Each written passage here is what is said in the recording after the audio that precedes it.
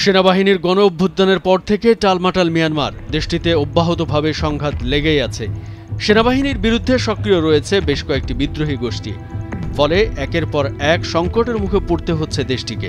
মিয়ানমারের পরিস্থিতি এতটাই তলানিতে গিয়ে ঠেকেছে যে দেশটির 5,40,00,000 মানুষের প্রায় অর্ধেকই এখন দারিদ্র্য সীমার নিচে বসবাস করছে। এমনকি অঙ্গ প্রত্যঙ্গ বিক্রির দিকেও ঝুঁকে পড়েছেন অনেকে। 21 আগস্ট মার্কিন সংবাদ মাধ্যম CNN-এর এক প্রতিবেদনে এমনটাই জানানো হয়েছে।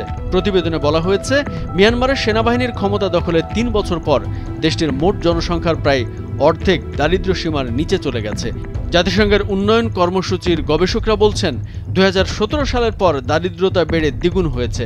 শরীরের অঙ্গ প্রত্যঙ্গ বিক্রির পথে হাঁটছেন দেশটির দরিদ্র মানুষরা। এজন্য কাজ করছে এজেন্টরাও, যদিও তা কোনোভাবেই আইন সিদ্ধ নয়। অর্থাভাবে কিডনি বিক্রি করা ব্যক্তিদের একজন ডেলিভারি চালক মংমং। 2022 সালে তিনি নিজের কিডনি বিক্রির সিদ্ধান্ত নেন। এজন্য ফেসবুকে পোস্টও করেন তিনি।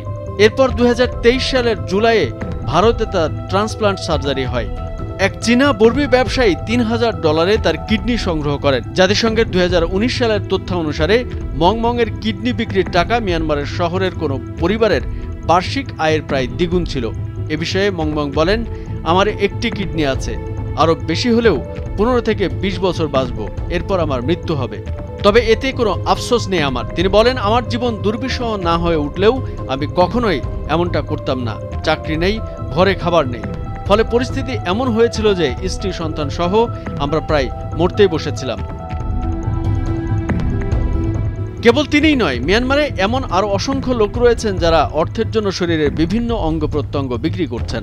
মিয়ানমারে এই ব্যবসার জন্য অনলাইন এজেন্ট রয়েছে।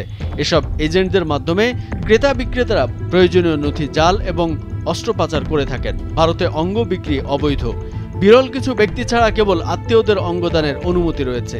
এজন্য এজেন্টরা আইনজীবী এবং নোটারিদের সহায়তায় জাল কাগজপত্রের মাধ্যমে এসব কর্মকাণ্ড চালিয়ে আসছে।